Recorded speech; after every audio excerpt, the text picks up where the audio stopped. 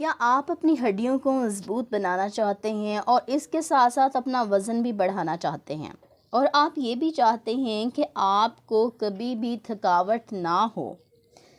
आप अपने बच्चों की बेहतरीन नशोनुमा करना चाहते हैं तो ये वीडियो आपके लिए है। आज की इस वीडियो में आपके साथ सेहत और ज़िंदगी के बहुत से राज शेयर करने वाली हूँ, इसीलिए इस वीडियो के एंड तक लाजमी देखिएगा।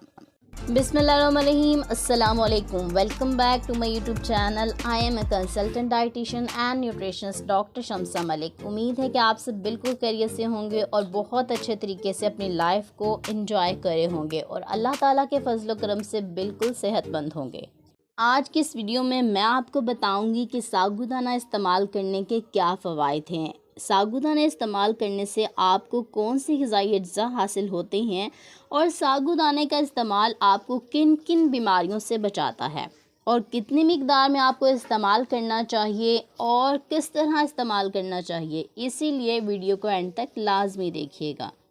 वीडियो स्टार्ट करने से पहले मेरे चैनल को सब्सक्राइब कर लें, बेल नोटिफिकेशन को ज़रूर दबा लिया करें और वीडियो को लाइक और शेयर करना ना भूलें।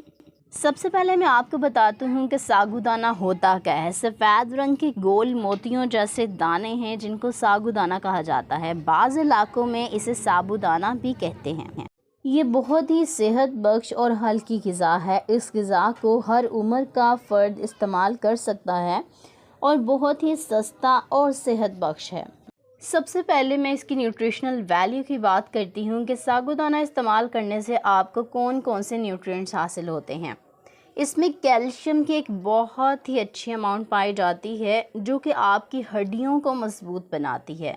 प्रोटीन पाया जाता है, फ़ैट पाया जाता है, कार्ब्स की एक अच्छी अमाउंट पाई जाती है और इसके साथ साथ फाइबर भी बहुत अच्छा पाया जाता है। जिंक की एक बहुत ही अच्छी अमाउंट इसमें पाई जाती है। इसके साथ साथ आयरन, मैग्नीशियम, पोटाशियम और विटामिन के बहुत ही अच्छी अमाउंट में पाए जाते हैं जो कि बहुत ही ज़्यादा आपकी सेहत के लिए बेनिफिशियल हैं। इसके साथ साथ साबूदाना को ग्रेट सोर्स ऑफ एनर्जी माना जाता है। ये एक लो फैट फूड है और इसमें रेजिस्टेंट स्टार्च भी बहुत अच्छी अमाउंट में पाई जाती है जो कि आपके डाइजेस्टिव हेल्थ को मेंटेन रखती है और इम्प्रूव भी करती है। साबूदाना या फिर टेपियोका पर्ल्स बहुत ही ज़्यादा अफादियत के हामिल हैं। साबूदाना में कैल्शियम की बहुत अच्छी मिकदार पाई जाती है जो कि आपकी हड्डियों को मजबूत बनाती है। इसमें कैल्शियम और आयरन बहुत ही ज़्यादा इम्पोर्टेंट हैं बोन्स के लिए।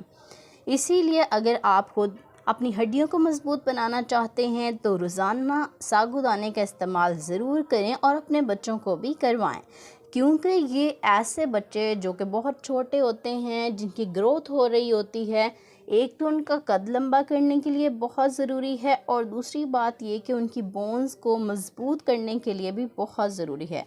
इसीलिए कोशिश करें कि रोज़ाना 1 कप साबूदाना अपने बच्चों को ज़रूर इस्तेमाल करवाएं और ख़ुद भी करें। साबूदाने का इस्तेमाल थकावट को भी दूर करता है। अगर आप साबूदाने का इस्तेमाल करते हैं तो आप कभी भी थकावट महसूस नहीं करेंगे, क्योंकि ये एनर्जी का बहुत ही अच्छा सोर्स है। इसका इस्तेमाल करने से आप अपने आप को एक्टिव महसूस करते हैं और हर टाइम एनर्जेटिक रहते हैं। कोई भी काम कर रहे हों, आप कभी भी सुस्ती और थकावट महसूस नहीं करेंगे। ऐसे अफराद जो कि मसल बिल्डिंग करना चाहते हैं, ख़ास तौर पर मर्द हजरात, वो इसका इस्तेमाल करें तो वो बहुत अच्छे तरीके से अपने मसल्स को बिल्डअप कर सकते हैं, मसल्स बना सकते हैं, क्योंकि इसमें प्रोटीन की एक अच्छी अमाउंट पाई जाती है। यानी कि प्रोटीन वाफर मिकदार में पाया जाता है जो कि आपके मसल्स को मज़बूत बनाता है और बिल्डअप करने के लिए बहुत ज़रूरी है।